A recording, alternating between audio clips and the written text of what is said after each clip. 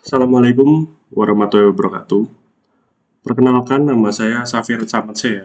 Di sini saya itu ada tugas PBO UAS, suruh membuat penerbit buku. Nah, di kelompok saya itu kebagian yang divisi editor. Oke, langsung saja ya.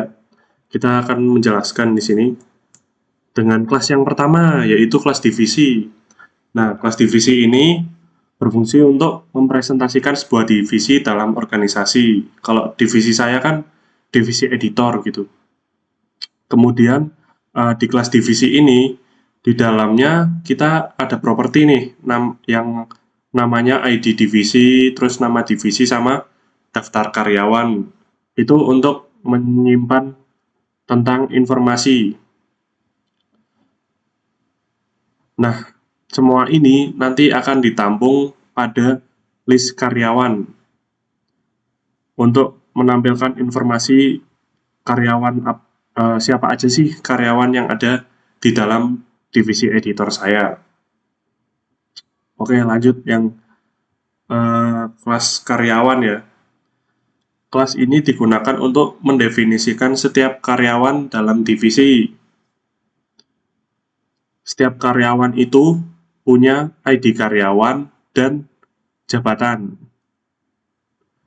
Nah, ada juga metode check shift yang memungkinkan karyawan untuk melihat jadwal shift mereka. Jadi mereka itu nanti bisa melihat hari ini tuh jadwalku jam berapa sih gitu.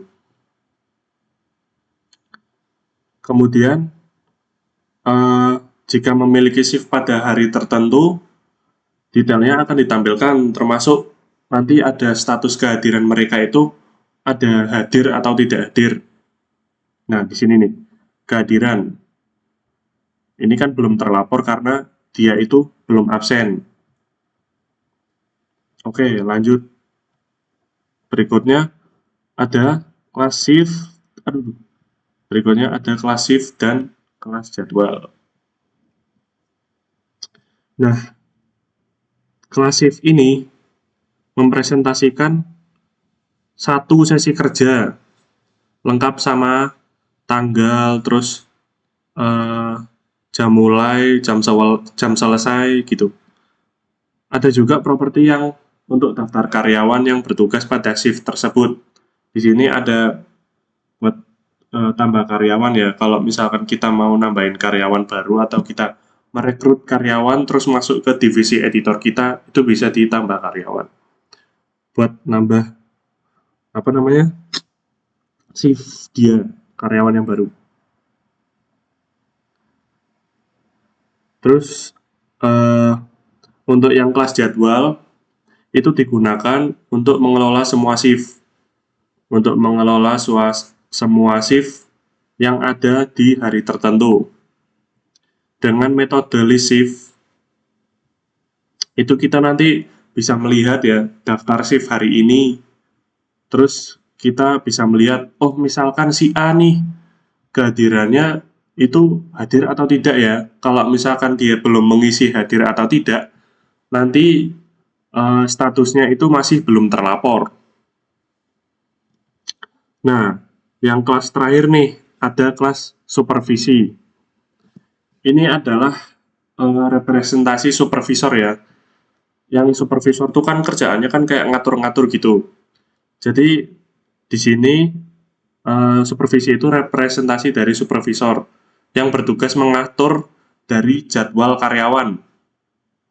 Nah, supervisi juga bisa memperbarui laporan kehadiran. Nah, nanti kan misalkan ketika misalkan supervisi nih ngecek ke kantor, si misalkan si A udah absen nih, tulis saya hadir. Terus kemudian ketika si supervisi ngecek ke kantor itu nggak ada orangnya.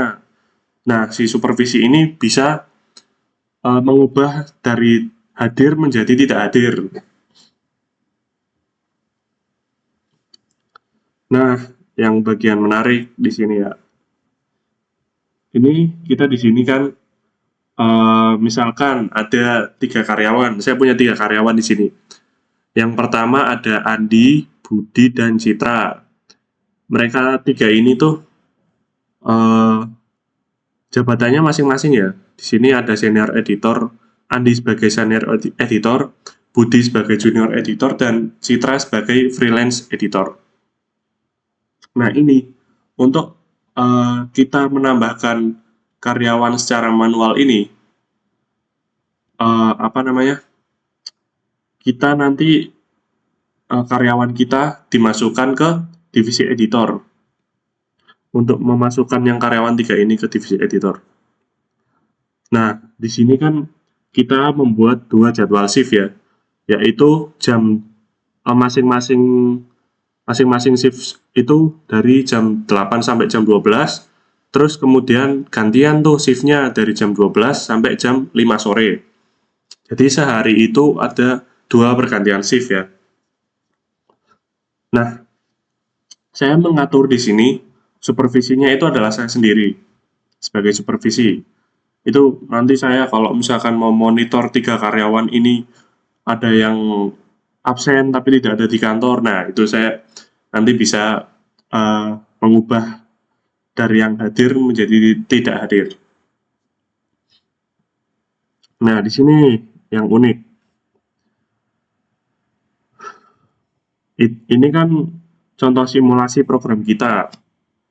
Nah, di sini kan kita bisa menampilkan jadwal hari ini, mengecek shift karyawan, terus menampilkan daftar karyawan, dan melaporkan kehadiran.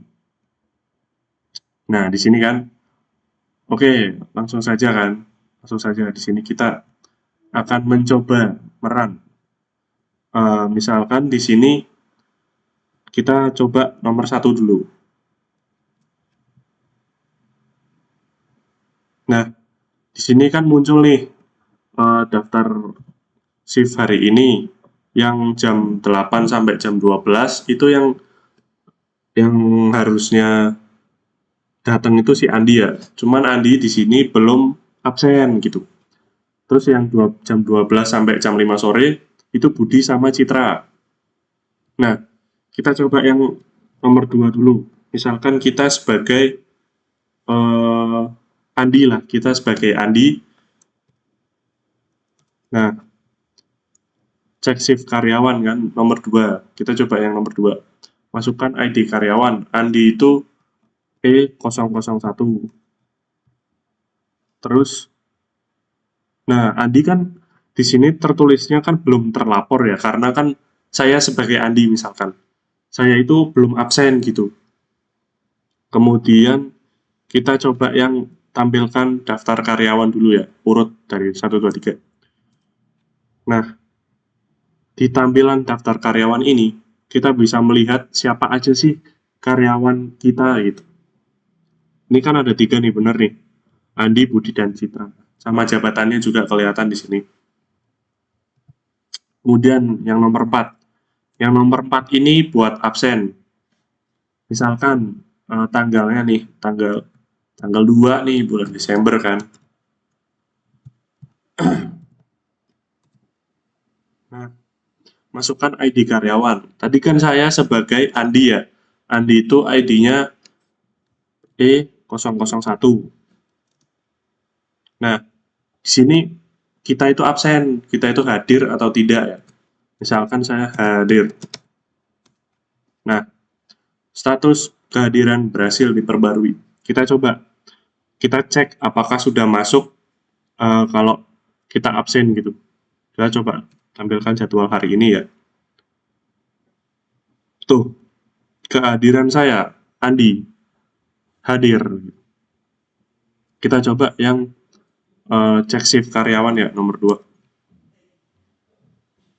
Nah, daftar shift hari ininya juga sudah terganti hadir. Sebentar, masukkan ID karyawan E001. Coba kita lihat ya. Nah, di sini yang menu nomor 2 tadi, sorry tadi yang salah ya. Kirain ini sudah keluar. Nah, di sini kehadirannya untuk Andi itu sudah diubah nih dari yang tadinya belum terlapor kan. Di sini mana tadi? Nah, ini Adi kan tadinya belum terlapor karena kan kita belum absen. Kemudian di sini pas kita udah absen, itu kita kan masukin hadir atau tidak. Nah, di sini kehadirannya hadir. Kita coba yang laporan kehadiran, coba tanggalnya. Kalau misalkan kita coba yang absen.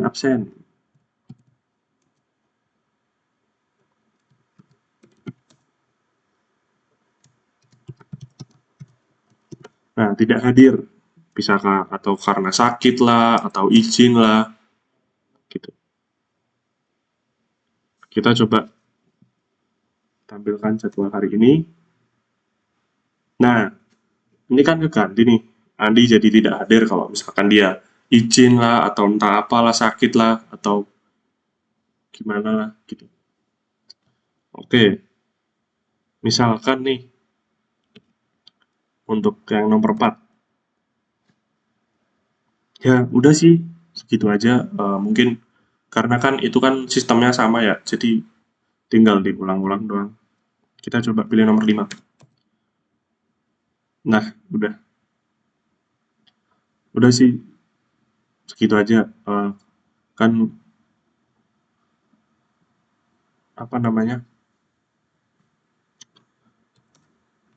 nah, kita sudah keluar ya, keluar dari sistem. Nah, udah sih, segitu aja mungkin penjelasan dari saya ya. Karena kan ini kan sistemnya tuh looping, jadi kalau kita nggak mencet keluar, nanti dia nggak keluar. Oke, segitu saja dari saya. Mungkin sekiranya ada salah-salah kata atau ada yang kurang, tolong dikoreksi. Terima kasih. Assalamualaikum warahmatullahi wabarakatuh.